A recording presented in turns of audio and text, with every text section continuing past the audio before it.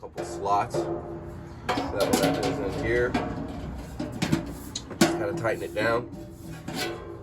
So, pretty much all the fabrication work is done. Another thing I did that I didn't take photos of is I moved the shock mount, the upper mount up here.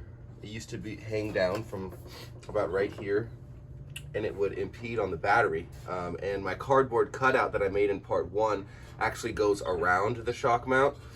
Well, if I move that to back here, it creates a lot more space for the battery. So that's what I did. Go ahead and see that there. So now the plan for today is to just pretty much put it all together and see what else I need to customize or mod before I grind everything down, sand it, and paint it. So yep, that's going to be next. It's just going to be putting it all together and seeing how it all fits together nicely before all the paint comes.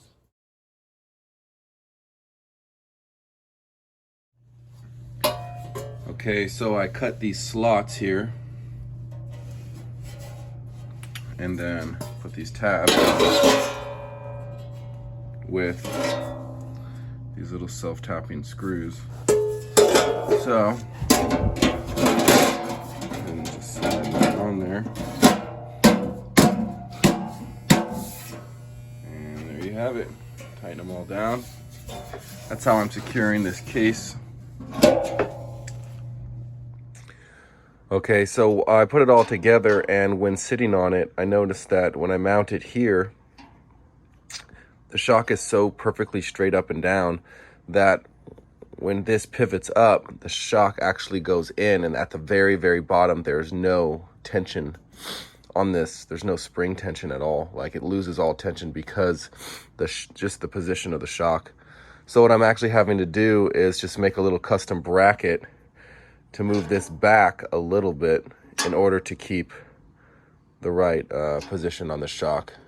So yeah, that's what I'm doing now, making this custom bracket. There it is.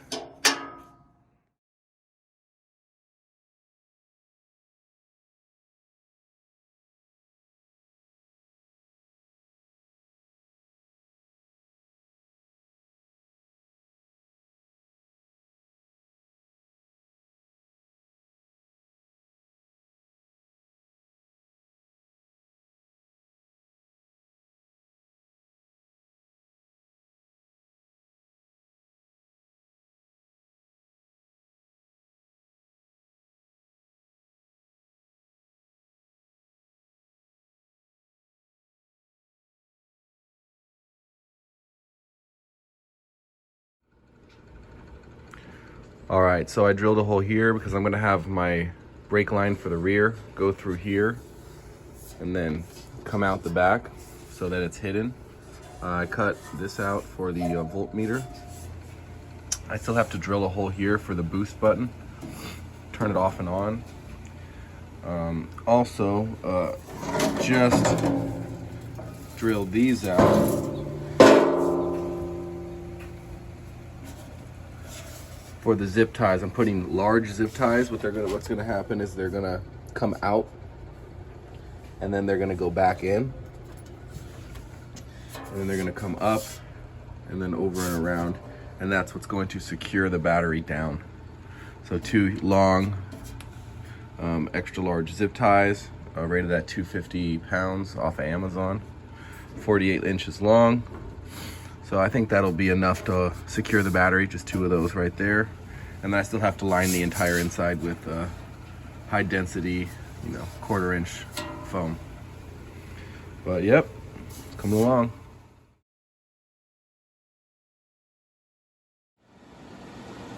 All right, so the custom front bracket's all welded up. I went ahead and welded it on all the areas that you can't really see from visually from the side of the bike. So I got the back here, got here, the bottom. Now, as far as welding this whole edge here, I'm sure somebody in the comments is gonna say that it's not strong enough and I should have welded it here, but I'm not the best welder. I don't feel like bondoing this. So I think it's strong enough. I think it'll look a lot better if I don't weld it here, but there it is.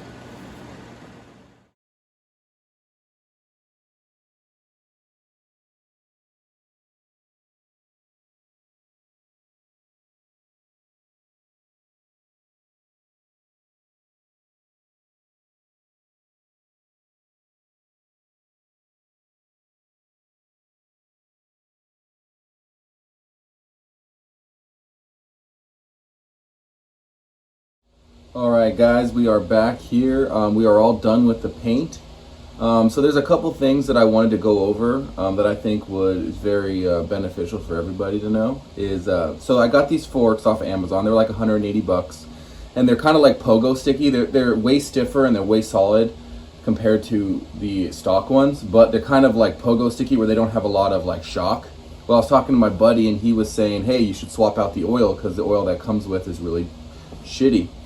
So that's what I did. I went ahead and just pulled these two caps off, put them upside down, and I measured how much oil. One had 7 ounces, the other one had 6 ounces, and the oil was very, very thin. So I went ahead and got this 15 weight fork oil, swapped it out. I put 8.5 in each, and it's a night and day difference. It's like two different forks.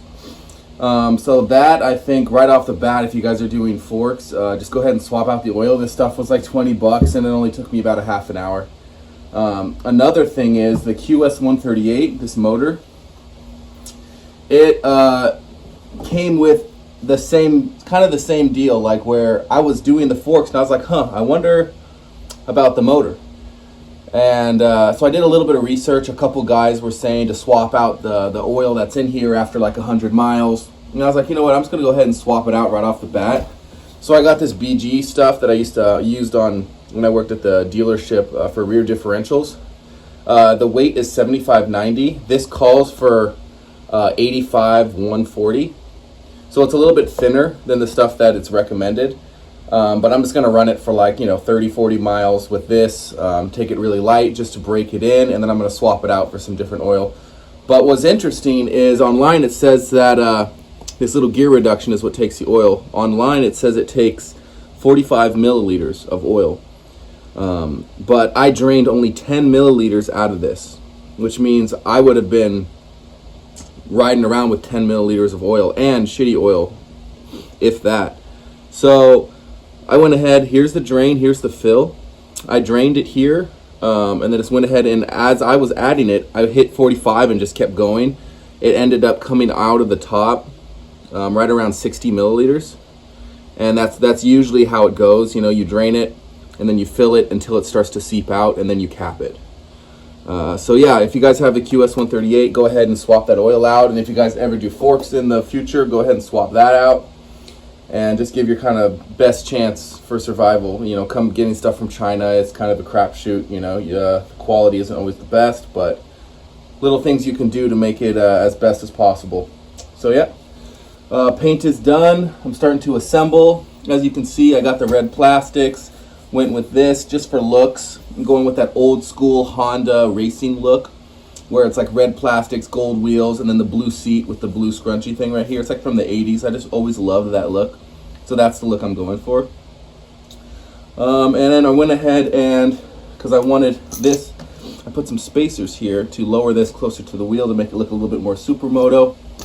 And then I went ahead and, instead of putting the plastics here, like the plastic guards to cover, I went ahead and drilled 2 of these out and then posted these right here. So instead of doing the solid fork, the solid front on the forks like I used to, like I have on my yellow bike, I thought this was a little cooler. So yep, coming together.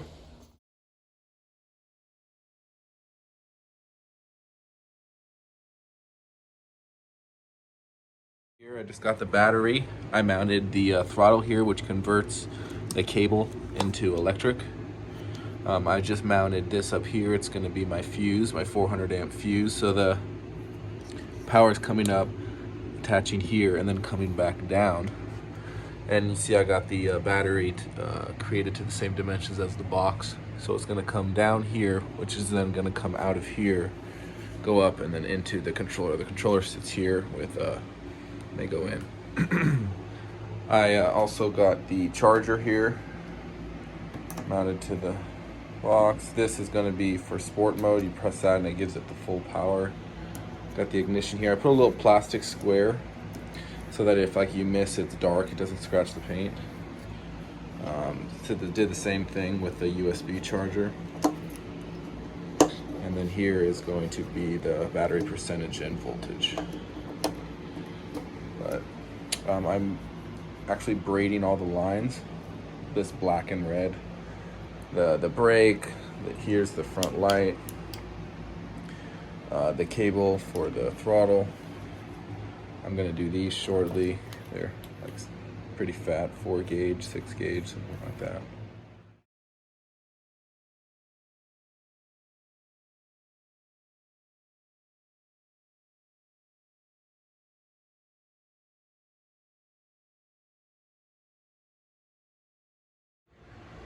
All right, so I was talking about this earlier in the video, and I had to create this in order for it to have the right angle, in order for there to be enough tension on the spring.